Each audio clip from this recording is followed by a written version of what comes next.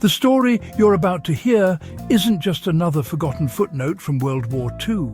It's one of those rare moments where agriculture, economics and global conflict collided in a way that quietly reshaped entire rural economies.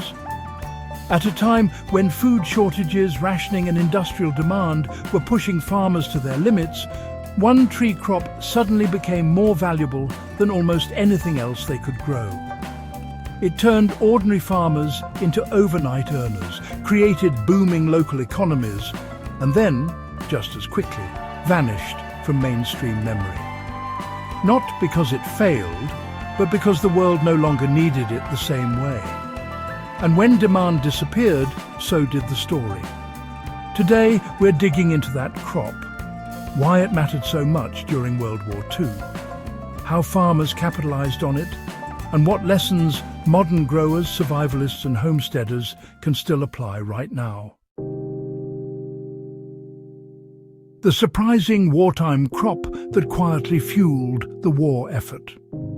The crop in question was the black walnut tree, not for its nuts, but for its wood. During World War II, black walnut timber became one of the most sought-after natural resources in the United States and parts of Europe.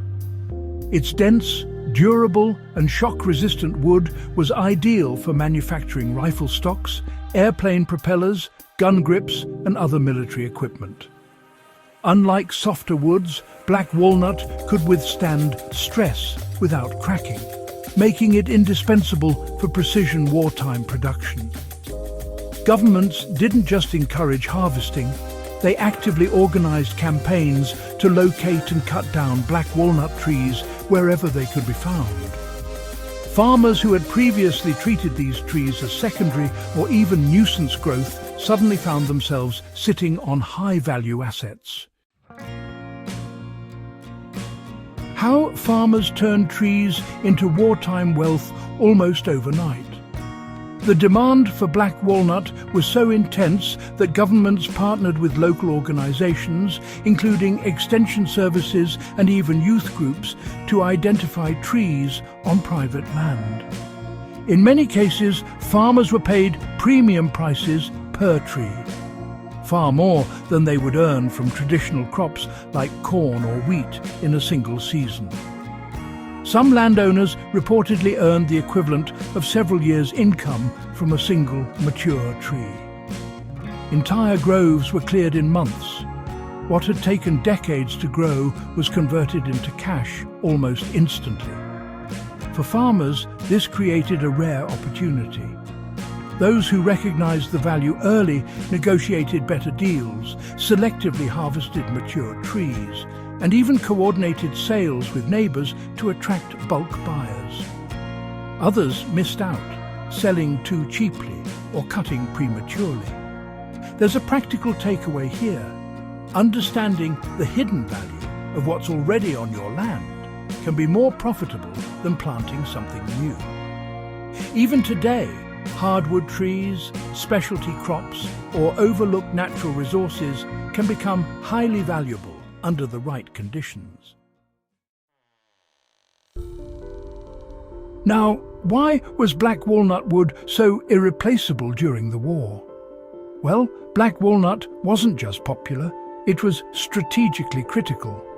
Military engineers needed a material that could absorb recoil, resist warping, and remain stable under extreme conditions. Metal alone just wasn't enough, and alternative woods either cracked or degraded far too quickly. This, as you might expect, created a real bottleneck. Without black walnut, production of certain weapons and equipment would have slowed down considerably.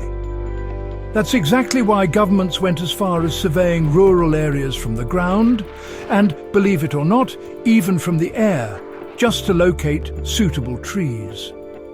For those of us looking back today, this really highlights a key survival principle. Materials matter. Whether you're building tools, shelter, or long-term infrastructure, the properties of your materials can absolutely determine success or failure. After the war, the black walnut boom just, well, vanished almost overnight. Once the war ended, the demand collapsed almost immediately. New materials like plastics and synthetic composites began replacing wood in manufacturing. Metal alloys got better too. Production methods changed, and the military no longer needed those massive quantities of hardwood. And just like that, the economic value of black walnut timber dropped. Farmers who had cleared their land couldn't easily replace what was lost. Unlike seasonal crops, you see, trees take decades to mature. Many areas that once had abundant walnut trees never fully recovered. This is really where the story becomes a cautionary tale. Short-term profit led to long-term depletion. A resource that had taken generations to grow was removed in a matter of years. So, what can modern growers and survivalists actually learn from this bit of forgotten history? Well, there are several practical lessons here that still apply today if you know where to look. First, diversification matters. Farmers who relied solely on walnut sales during the boom had little fallback once demand disappeared. These days, mixing tree crops with annual crops or livestock can provide resilience against market shifts. Second, long-term thinking beats short-term gains. Instead of clear-cutting entire groves, some landowners who practice selective harvesting manage to preserve future income streams. Modern agroforestry systems, in fact, follow this exact principle, harvesting sustainably while maintaining productivity. Third, recognizing undervalued assets is a powerful strategy. Black walnut trees were once overlooked. Then, suddenly, they became critical.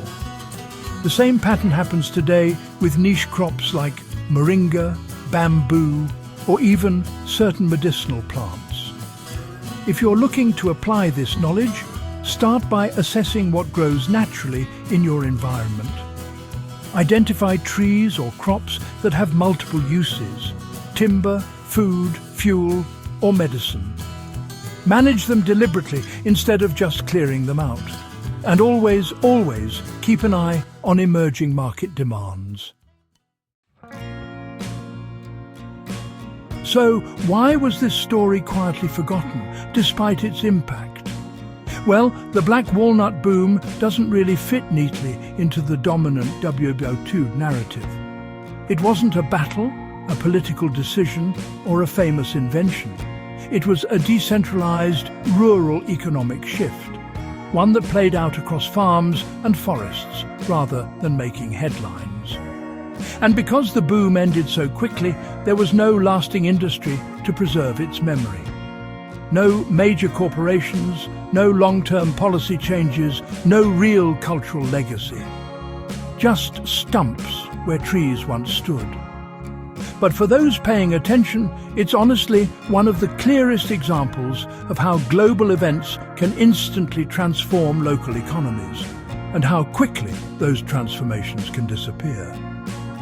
The next time you walk past a mature hardwood tree or overlook something growing on unused land, remember this story. Value isn't always obvious until the world decides it needs what you already have. If you found this kind of deep dive into forgotten wartime history valuable, do consider subscribing to the channel and sharing this with someone who appreciates the hidden lessons of the past. There's a lot more buried beneath the surface, and we're just getting started.